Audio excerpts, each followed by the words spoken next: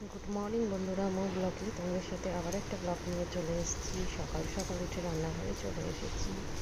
দেখো, আমি একটি পুদিনা পাতা নিয়ে এসেছিলাম। পুদিনা পাতাগুলোকে বেশ ফ্রেশই ছিল, ফ্রিজ থেকে বার করে এগুলোকে আমি প্লাস্টিকে করে তুলে রাখছিলাম, আর সব সবজিও তুলে রাখছিলাম। দিয়ে আর সারাদিন ব্লগ করার সময় করে উঠতে পারিনি। রাত্রিবেলা আবার রান্না করতে এসে তোমাদের সাথে একটু শেয়ার করে নিলাম, কারণ কালকে থেকে মেয়ের স্কুল শুরু, তাই আগে ভাগে রাত্রিবেলায় আমি সবজিটা কেটে রেখে দিচ্ছিলাম।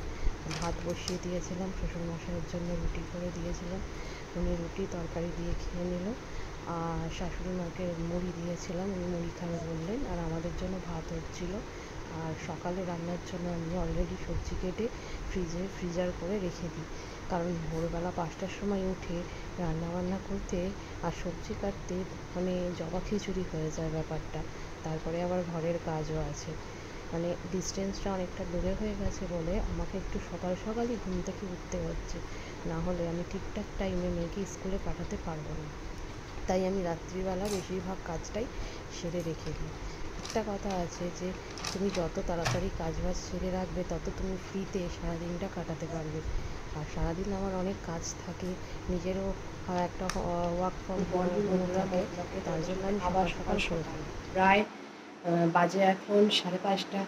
ব্লগ নিয়ে চলে এসেছি, শুরু করলাম এখন থেকে, কারণ আজকে মন্ডে, আজকে থেকে মেয়ের স্কুল শুরু হচ্ছে, ক্লাস 6 ফার্স্ট স্কুল শুরু করছে। তাই বাড়ির সমস্ত কাজ সেরে আজকে ফার্স্ট ডে বলে আমি যাব, কাল থেকে তোমাদের দাদাভাই যাবে। আর তাই তোমাদের সাথে একটুখানি আমার মেয়ের জীবনের প্রথম দিন ক্লাসের, জীবনের মানে ক্লাস 6-এর প্রথম দিন, তাই তোমাদের সাথে একটু শেয়ার করতে চলে আসলাম। চলো দেখতে থাকো কী কী কাজ সেরে কীভাবে আমি মেয়েকে নিয়ে স্কুলে যাচ্ছি, আর ফার্স্ট ডে কেমন কাটছে ওর স্কুলটা। চলো। এখনও ঘুমোচ্ছে, এখনও ডাকিনি, একটু পরে ডাকবো। আমি কাজবাজ সেরে নিই, ঘর আমার অলরেডি ঝাড় দেওয়া হয়ে গেছে। কাল রাত্রেবেলায় ও বইপত্র গুছিয়ে রেখে দিয়েছিল।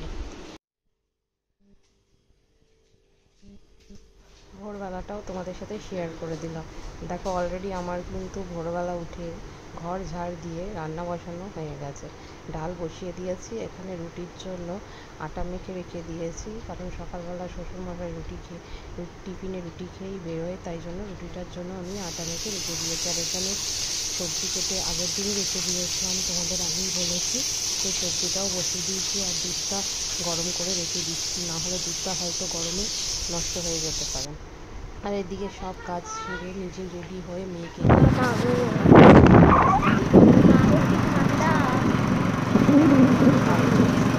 আবহাওয়াটা বেশ ভালো দিয়ে, গরমকালে তো ভালো। ভাগ্যিস বললি, অনেকবার গেছিস, আমরা তো যাইনি। কি ভালো লিঙ্ক দিয়েছে।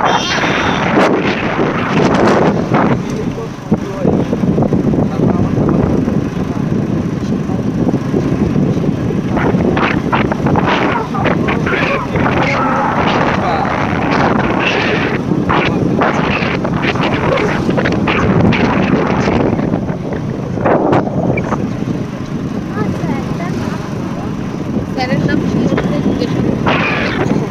স্বাভাবিক ব্যাপার, মাদের চিন্তা করা। তোমাদের সাথে রাস্তাটাও শেয়ার করে দিলাম। বড় মিটিং কোথায়, ওরা তো ওই নেতাজি ব্লকেই আছে।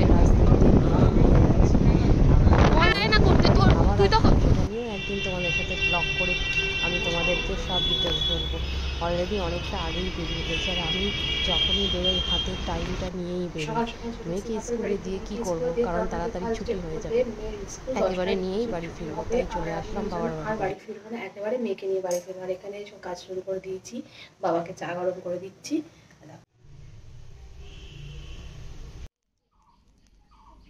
বাড়ি ফিরে এসে শুধু সবজিগুলো রান্না করে রেখে গেছিলাম, তাই ভাতটাও বসিয়ে দিলাম।